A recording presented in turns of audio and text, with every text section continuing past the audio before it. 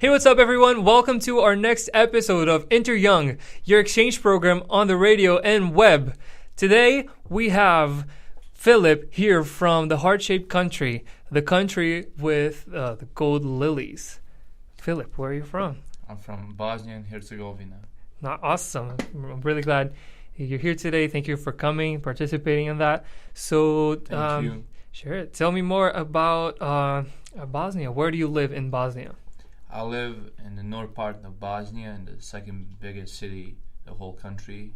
It's called Banja Luka, and it's home of agriculture, especially in the north part. So, yeah. Awesome. And are there any, how many states or is it provinces? How does that work? Bosnia, as a country, is divided into two large entities. The one on the north covers the north part and the east part, and there's the central part called the Federation, where mostly Muslims live. The other one, it's called Republic of Serbia. That's where most Christians live. So like we have those two entities, and we have a third small district, which like covers one medium-sized city with some other villages. Oh, so so is there any other differences between those regions, despite the religious difference? Not really. The infrastructure, the way of living, it's pretty much the same in all areas. It's just the ethnical part is the big difference, and it still causes problems with people. I see. And what language is spoken there? Predominantly Serbian. Okay, but I know that there's this big thing saying that there's three languages there, three official languages, but they're all kind of the same. How does that work? I think we all speak one language, and it is the same language. It is Serbian. It's just because we had a war in the 90s, and people tried to divide to make more languages so they can create their own country. So they would try to create a Bosnian language, a Croatian language, but realistically that's all one language. Okay. It's equal. It has the same words, same pronunciation, everything, same grammar. So like it's a one language. It's Serbian. Oh, okay. And what is the currency used there? It's called convertible marks. Oh, okay. And like, how is that worth compared to dollars? Comparing to dollar, $1 is 1.75 convertible marks. Oh, and now I want to know, what is one thing that you find very unique to Bosnia, something that you don't feel like you could see in other parts in the world? I think people in Bosnia try to be dedicated to the things they try to do, the things they love, but they face bigger problems in terms of economics, not being able to support that thing that they love to do. And plus, I think people over there are not overly educated in like globalizing their education. So like some of the things there are done in the same way for hundreds of years, where if they had that education, that global education that can serve them and help them to do it on a global scale. I see. So you would say that it's not a very progressive country then? I agree, especially because of the war that we had in the 1990s. So tell me more about that war. I know that a lot of people know that there was a war that, is over there in history, but many people don't know actually what that war consists of and what caused it. And there's so many things that you can find online talking about the different aspects of it. What is it? Like, coming from inside, what's your perspective? Like, how do you see how that happens and how that affects society, how it is there now? I mean, looking at it from my perspective, I would say that in the 1990 we had Yugoslavia. It was a decently sized country in Europe with stable economics, stable, good infrastructure, good. They had good relations with other countries in Europe and especially North America also. So some of the parts in Yugoslavia, like on the north side, it's called right now Slovenia. They wanted independence, so like they started a war, and it lasted for a few days, and they became independent. So other regions saw that opportunity to become independent and to do it in their way, so they tried the same thing. So all of them collided into each other, and it became a pretty bloody war. It was really dangerous, of course, for the people. A lot of casualties, lost lives, innocent lives. A lot of women were tortured and killed, and kids also.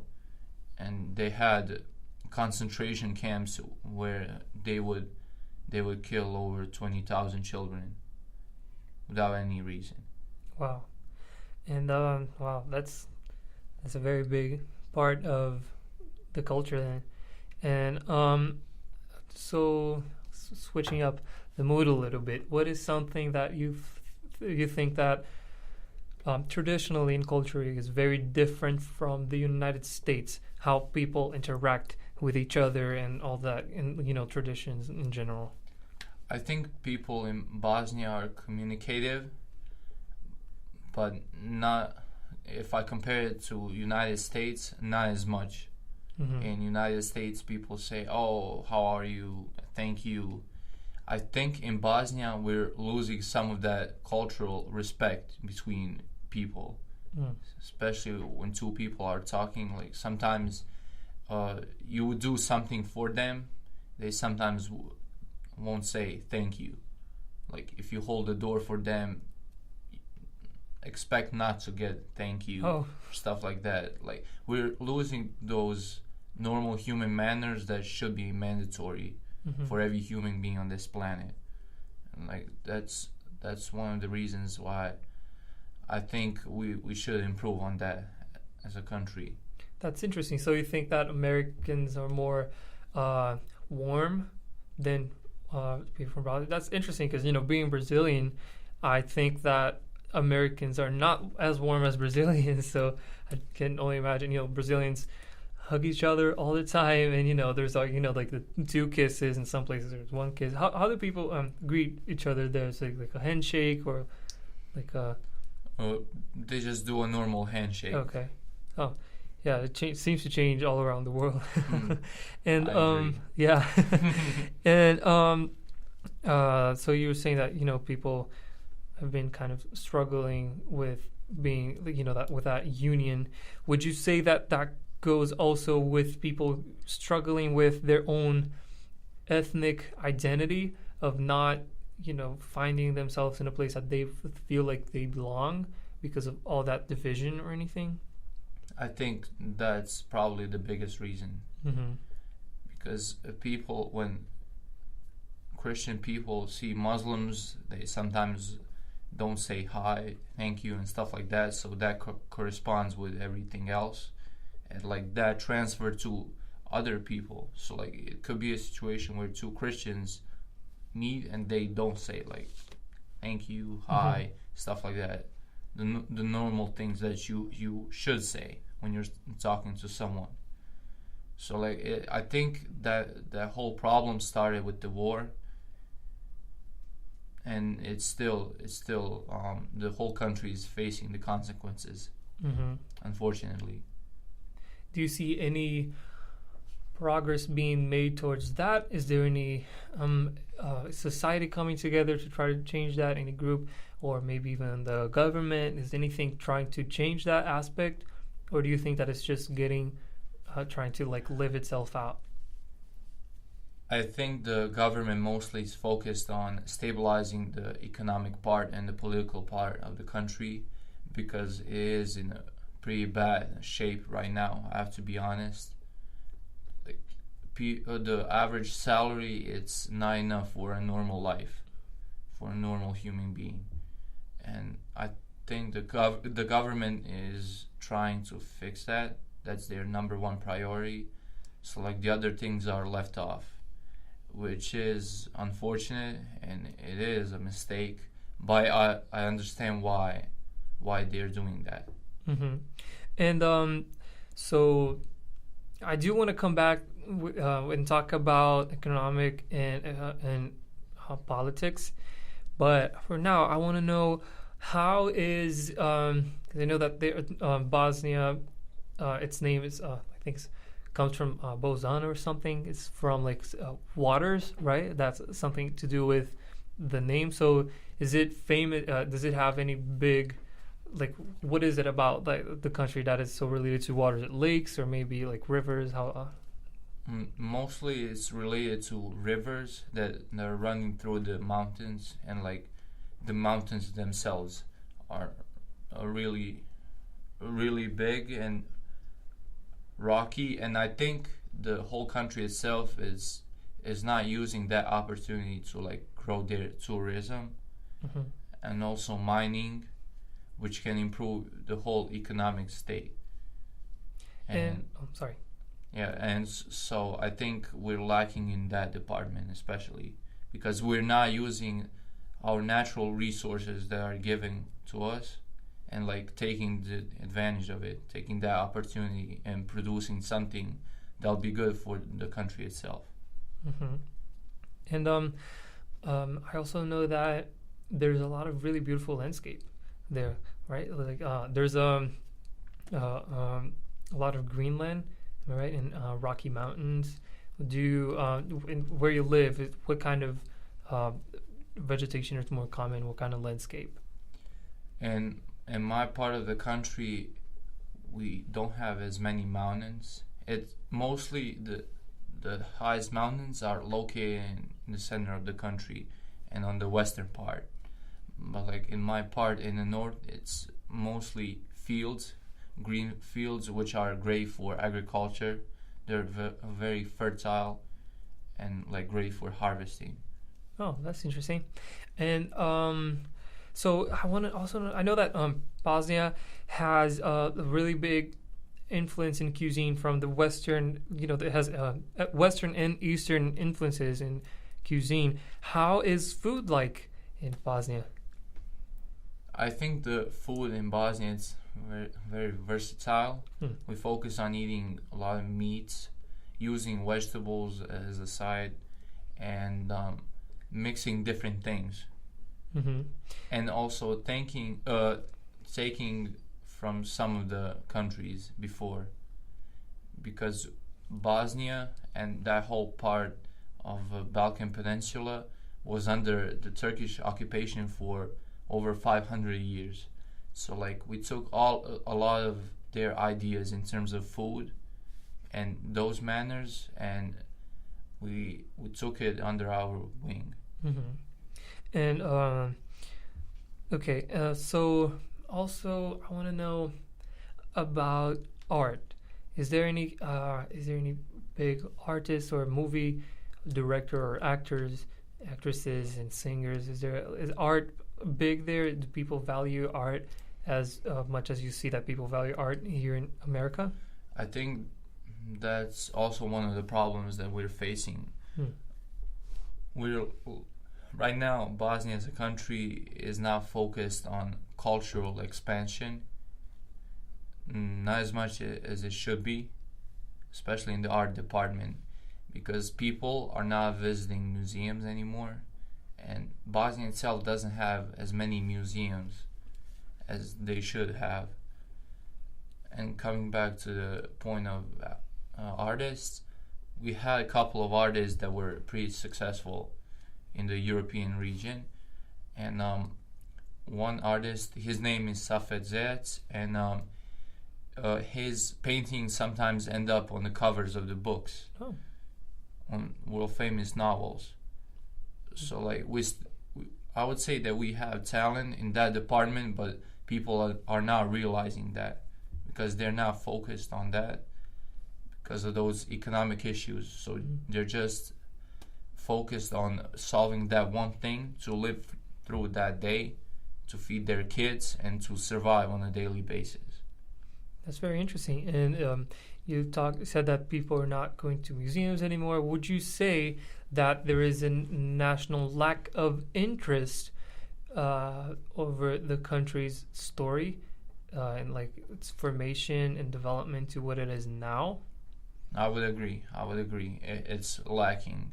Uh-huh. It is lacking. Which for me is interesting because as I, been living in America for almost 2 years and studied American history, and I realized American and European history, and I realized that a lot of times the solution of problems comes after people look back to their history and they try to fix everything from the root. So that's very interesting that they're trying to get another outcome to that. That's really, really interesting. And also now I want to know about education. How does education work in Bosnia? Is it for free? Is it good? Do you have different kinds of high schools? Is it the same way that it works in the United States? How's that like? Okay, so the education part. Elementary school, it lasts for 9 years. High school lasts 4 years, and then you go to university. So like in terms of elementary schools, all of them are public. And I have to say honestly, the education is on a really high level in terms of the amount of information you're going to learn throughout those 9 years. And I would have to say the same thing for high schools. But one thing, we have high schools that are public and we have high schools that are private. And in my opinion, public schools are much better than private schools because public schools focus on learning more, learning in depth and in detail, whereas private schools are, I think, more suited for athletes, especially soccer athletes. Oh, how interesting. Yeah, coming from Brazil, my country unfortunately has a really big problem with public schools. So it's really interesting that public schools in Bosnia are the other way around. They're in a way better than private. In Brazil, it's really, if you want to get a decent quality education, most of the times your good option is a private school. So that's very interesting. And how many subjects do you need to study throughout high school? Throughout high school, in my high school, it's called gymnasium, so it's a pretty broad school. I had 14 subjects. 14 subjects. Yeah, and what year did you leave? Did you come to America? Were you a junior in America, or just a senior? I was a junior on my second semester. Oh, okay. So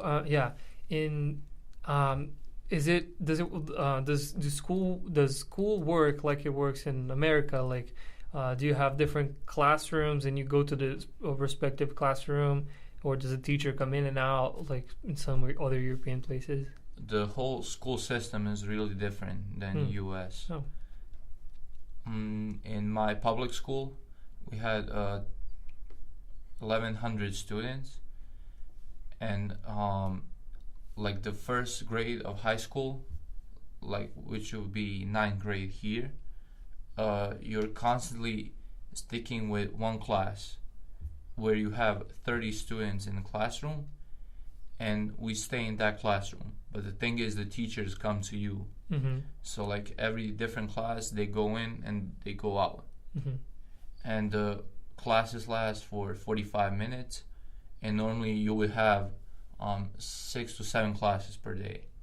Oh, yeah, that's Brazil actually works like that too. And how for getting to university, do you need does your grades matter at all? Do you have to take a national exam at the end of your high school, and then the score is the only thing that is going to matter for whether you're going to be able to get into university or not? How does that work? For Bosnian universities, the biggest thing is getting great grades, and I'm doing well on the university test. So the university test works that you apply for that university that you want to go, and then they give you a date where when you can take their test. So the university gives you the test, their own. It's like specific for every single one of them. It's different. And then they give you the book where you can study the information, and then you go and do the test and hopefully pass. Oh, that's very interesting. So, yeah, so you don't need any kind of like letters of recommendation or like volunteer work. Does that matter at all for the decision that universities are going to make? In my opinion, volunteer work doesn't matter, and recommendation letters, if you can get them from somebody, it would be helpful, but it's not a deal breaker. Mm-hmm. It's not a deal breaker. Understand. Yeah. And also, I want to know about your. Actually, I have a question about that. Does that kind of educational system, does it change throughout the regions, or is it pretty much the same thing all throughout the country? It is pretty much the same in all regions. Okay. And I want to know about your health system. How does that work? Is it public?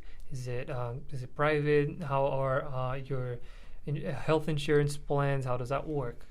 The health department. So it's mostly public.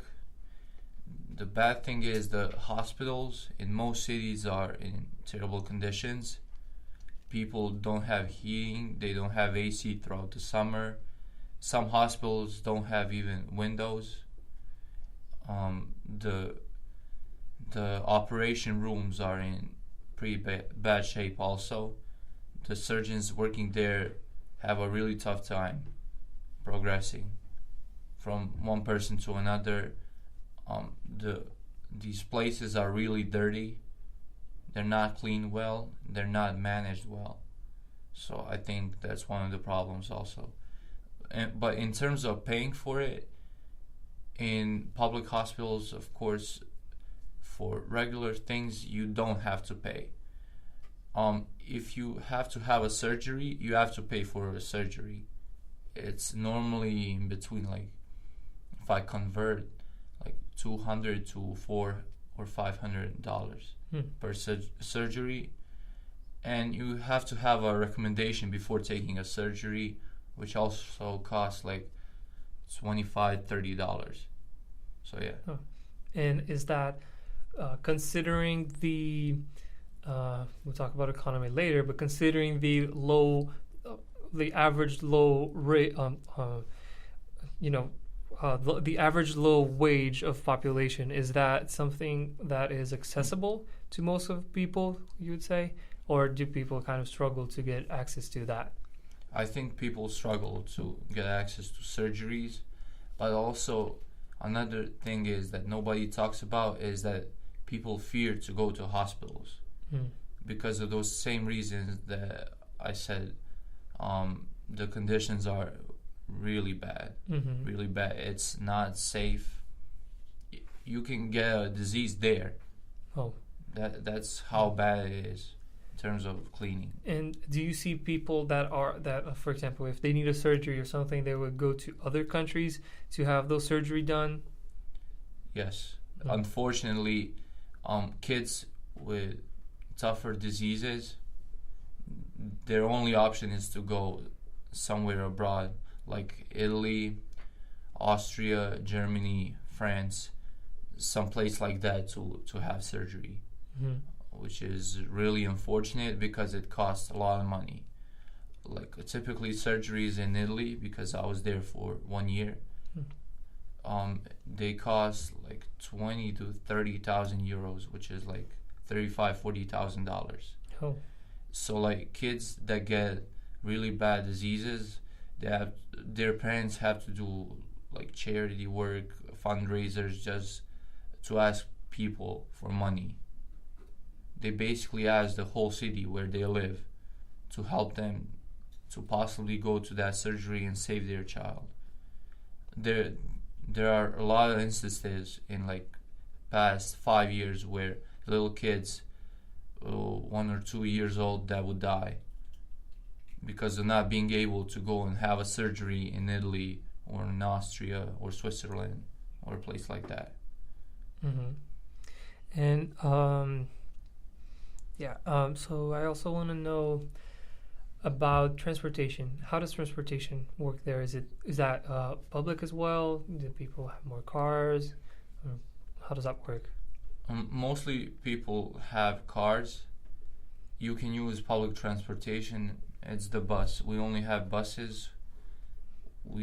In my city at least, we only have buses. We don't have trams or subways or anything like that. In the capital city of Sarajevo, you actually have trams. Like the first trams in whole Europe in 1886, the first one was driven in Sarajevo, actually. Oh, that's really interesting. Yeah. So they also have buses, and I think that's about it in terms of public transportation. But it is accessible to everybody. Like a normal bus ticket costs $1, which is, to me, it's a good price for most people at least. Yeah, and it's very interesting because I did read about like the trams, saying that they were first used in Bosnia. That's really interesting. But the trams, is it something that you would only see more regularly in the capital, or can you also see it in other parts of the country? I think you can only see them in the capital city. Oh, okay. And so you were saying about traffic and all that. How does the infrastructure of this? How are the cities made? Is it a good infrastructure? Do people struggle a lot with traffic or with sewer system and all of that? How does that work? I think the infrastructure itself, it's not developed to modern standards, but like the setup of it, the whole scheme of it, it's good, because in most cities you don't have traffic jams. The sewer system, as you mentioned, is on a good level, but the one thing is the roads are a little bit tighter than in the United States, for example. In the United States, I noticed that roads are really wider. Like people have more space to drive their cars more comfortably. Where in Bosnia, it's maybe like a few inches wider than the width of the car, and then the next lane starts. Oh, and that's interesting. And what about like the sewage system? How does that work? We have normal sewers that are connected to the depots outside of the city, and we don't have sewer holes, breakouts, or anything like that. Okay, it's pretty safe. Oh, that's good. So you would say that in that area, the sanitary of the sanitary issues of the city are pretty much covered. Then pretty much. That's good. And also, what do people do for like as leisure in Bosnia? I know that there's many different types of landscape that might provide various different types of fun things to do. How does that work when you get into, like, average people go into holidays or things like that? Do they travel? Do they stay in Bosnia? If they do, what do they do there in Bosnia? What's fun to do there? In Bosnia, people don't opt to travel because of the money, mostly. But I think also people are not looking at traveling as a good option for them. I really don't know the reason why, but like most people these days are not accustomed to traveling.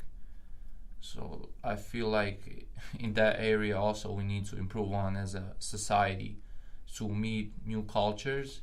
But then again, in our education system we learn a lot about every country in the world. So like I think the people are more familiar with other countries than, for example, in the United States, where the education is more focused on just the United States. In Bosnia, for example, we cover more countries throughout our education in those 13 years of normal education. I see. And so what in Bosnia, what do people do for having fun? They go watch movies. I don't know if they go for hikes or camping? I really don't know. People in Bosnia mostly go out and watch movies. They try to go to parties as other people. Sometimes they opt to hiking. Like my teacher in Bosnia is a big fan of hiking and kayaking also.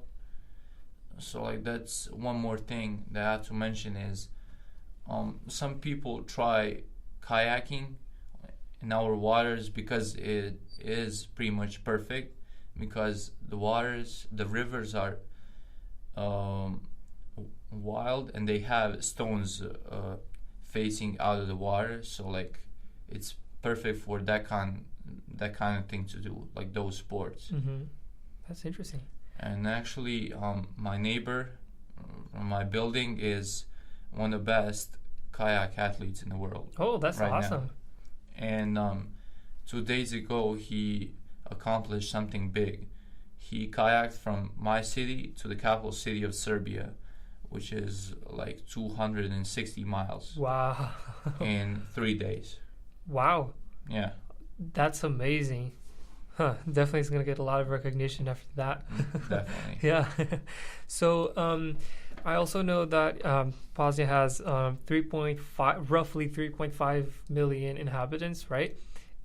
Would you say that there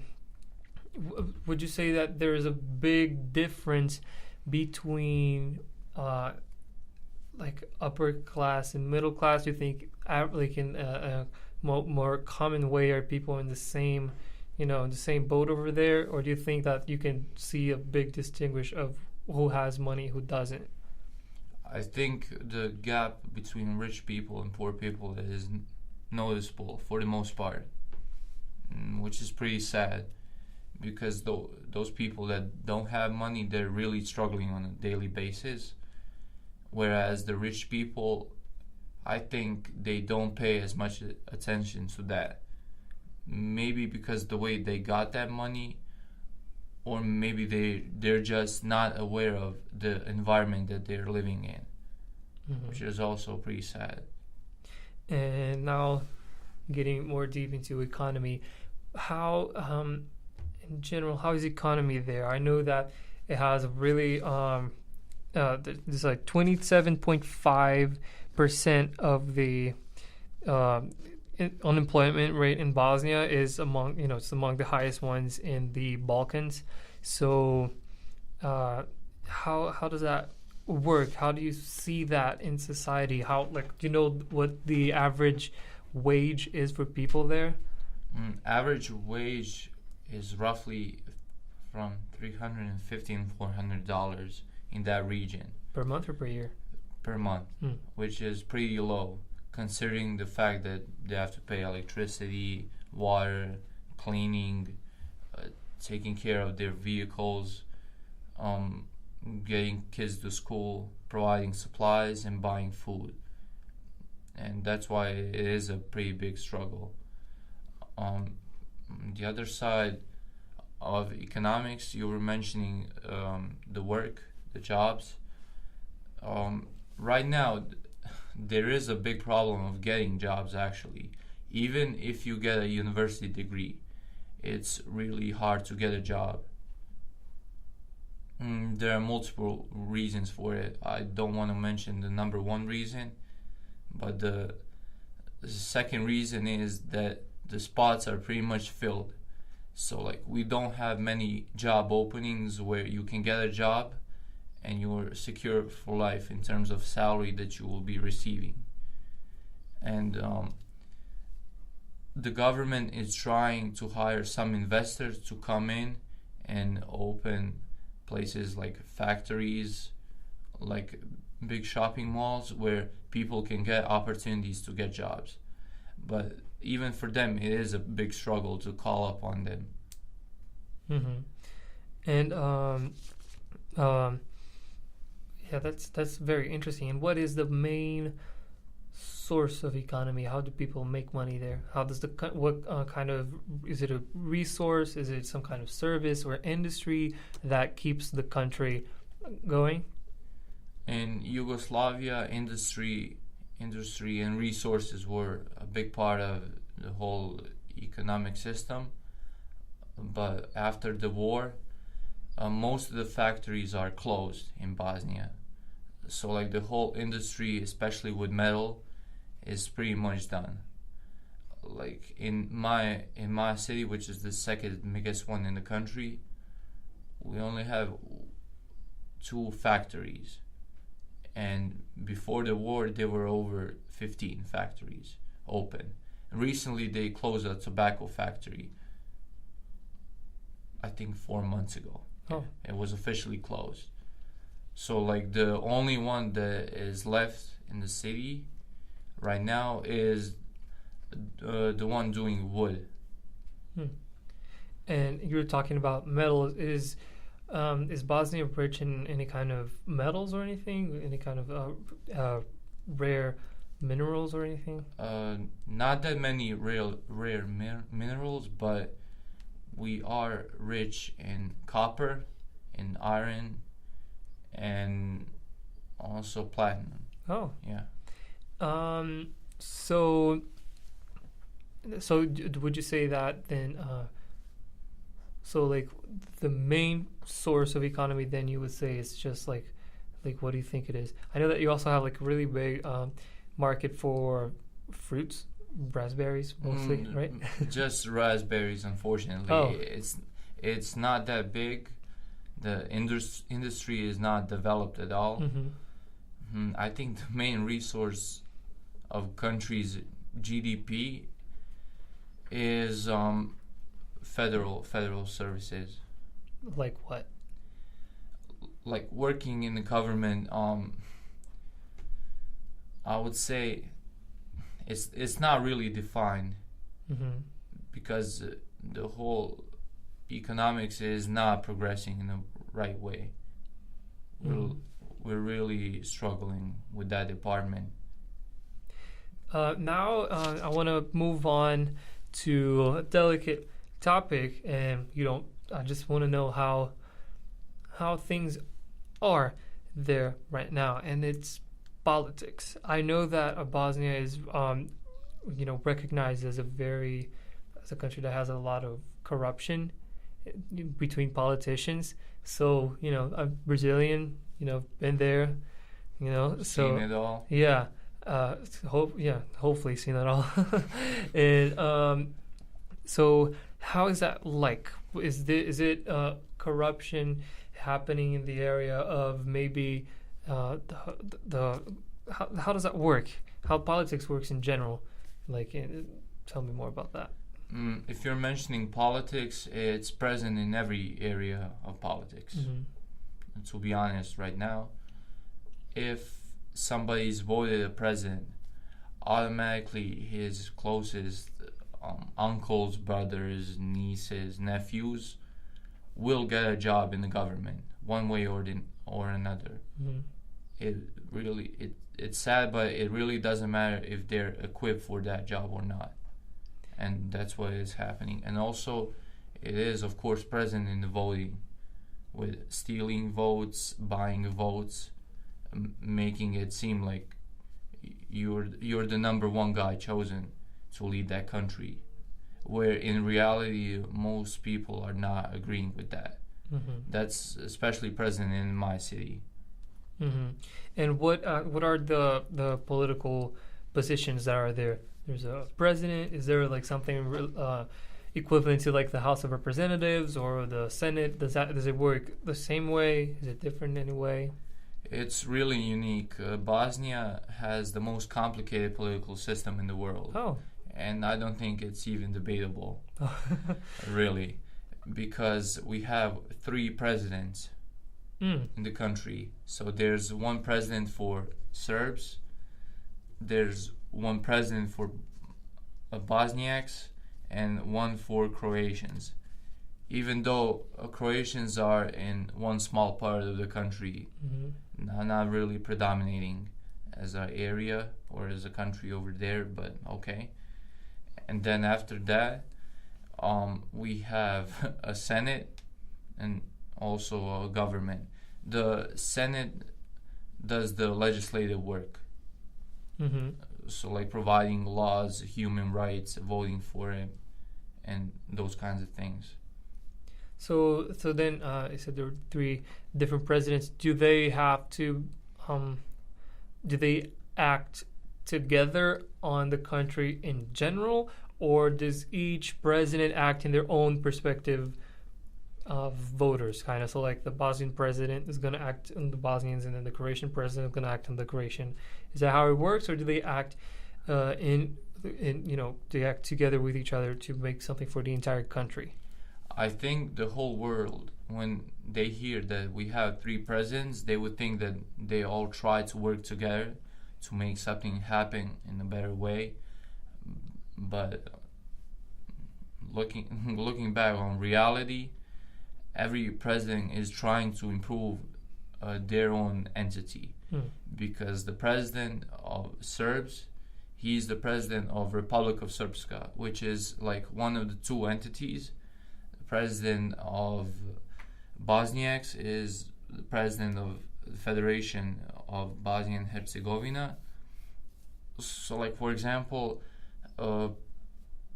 president of Republic of Srpska, president of Serbs, he's actually trying to forge that part with Serbia, so he can make like a one country unite. Where on the other hand, president of Muslims, of Bosniaks, he's trying to stop that action because he feels like he doesn't want to lose the whole unity of the country, which is really not existent. Looking at the fact that the problems with the relations between Christians, Muslims, and Orthodox Christians, Catholic Christians, and Muslims. And how long is a presidential term? It's 4 years. 4 years. And is it the same for all the presidents? Right. So if a president wants to create a law or something, or act on a project that will that he wants to make it something that will go around all the country, does he need any kind of permission from the other 2 presidents in order for it to be a complete national decision? Yes. He needs a permission from the other presidents, and that's where the problem lies. Because if one of them wants to make one decision, create something that's going to benefit the country, and if the second one doesn't agree with him, it's automatically shut down, which is honestly a step back because you're not progressing. And do you have also different, is it one Senate, or do you also have like 3 different Senates for each? There's a Senate for Republic of Srpska, there's a Senate for the Federation. Oh, okay. So I also want to know about so that's very interesting to have that kind of point of view, because it's not very common in other places in the world, right? So I actually have a few fun facts about the country. Me and Nina, who's my my professional researcher, we gathered some fun facts about Bosnia. I want to know if you are familiar with those, and if you think that that's about right, or do you think that's just like an internet myth or something. All right. These we actually already talked about a few. Okay, so it says that Bosnia has the 10th highest coffee consumption per capita in the world. I would agree with that fact. Bosnians do drink a lot of coffee. And by saying that, I have to mention one more problem. I mentioned a lot of them, but I have to. People these days, especially young people, spend over 5 hours a day in coffee shops. Wow, 5 hours? Huh. Yes, drinking 1 or 2 coffees. So it's like a third and home. basically it's their second home for most of them. which is pretty sad because they're spending that time for nothing. Because during that time they're just talking and looking at their phone and not doing something that would benefit them in any way. That's interesting because what I hear, that there's like your home is the first home, then your work is the second. Then that's interesting. Did not know that. Last week we had the interview about the Netherlands, the Dutch coffee shop. So I thought that maybe there was something to do with that, which I believe probably doesn't. Also, it's that Bosnia is slightly smaller than the state of West Virginia. I would agree with that. Yeah, so that's very interesting. And also, we talked about in the very beginning of the interview that the national symbol is the golden lily, right? Is there any kind of historical importance to the golden lily, or is it something that is predominant there? You can see it everywhere. You can't see it in every area, but it is present. Mm-hmm. But it's not affiliated with any historical battles or events that happen. Interesting. And also, it says that, so in 2010, Lonely Planet's Best in Travel nominated Sarajevo as one of the top 10 cities to visit last year. It seems to be a very attractive place for tourists because of all the waters and different landscapes in there. Is there actually any kind of a touristic market there? Like, is it part of the economy based on tourism? It's not right now. At this moment, it's not basing on tourism. Mm-hmm. And like I said before, they should improve upon that department. Going back to Sarajevo, I think that spot that it got on the list, it deserved it because it has a really fine mixture between modern buildings and old rustic houses that are not predominantly tall, but they're wide, and they're all spaced in one area. Behind the square where you can walk through and see all of the old shops, even from 1800s. Oh wow! Like trying to replicate those habits, those manners that people had back then. That's very interesting. Now, I learned a few things with you already, how to talk in Serbian, in Serbian? Serbian, right. Bosnia, Croatian. I know, it is confusing. People make it so confusing. Yeah. I understand. So I learned how to say dobro jutro. Right? Dobro jutro. Good morning. Yes, and how do you say goodbye? Ciao. Ciao? Or you can say doviđenja. Doviđenja. That's interesting.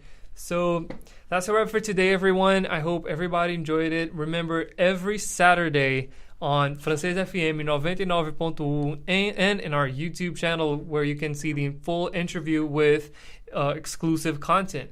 So thank you so much for coming. I really appreciate it. It's a very interesting country, and it's also really good to have that kind of perspective of how things work. Thank you so much for being here. Thank you for inviting me. I had a good time. Great.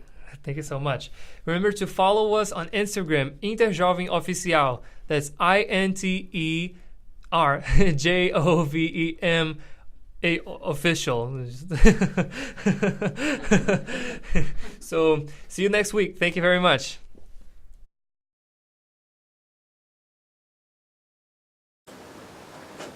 Yay!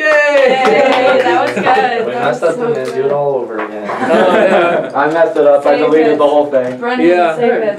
How do I That was awesome. That was so good. Yeah. That was I so didn't even awesome. went in depth with people spending time in coffee shops. I have a whole section for that, really, because right now in my city, the only things that are opening up is coffee shops and betting places, and that's it. You can see a building that's like 12 stories tall, and under the first floor you can see 2 coffee shops, and on the other side 2 betting places, and that's it. Oh wow. Coffee, coffee, coffee. Yeah. So young Yeah. people It's just like- go to coffee shops, Yeah. buy one coffee, and after that they go bed and all day. Wow. I mean, so far we only had interviews with With like coffee. Holland, like they like one of the biggest Yeah, consumers of also in coffee. the top 10. I'm Brazilian. People, Yeah, there's, mocha. there's Yeah. coffee like next to every water. It's only fountain. coffee. Yeah, and coffee there too. I've got to look up like the top country, like coffee Yeah. countries, and they like make the next interview based on that. Yeah. And like Yeah. Bosnia Yeah. drink in the morning, during the day, Yes. and during the night. I don't know 5 why. cups in the morning, 5 cups at 10, 5 cups at 12. Yeah, basically.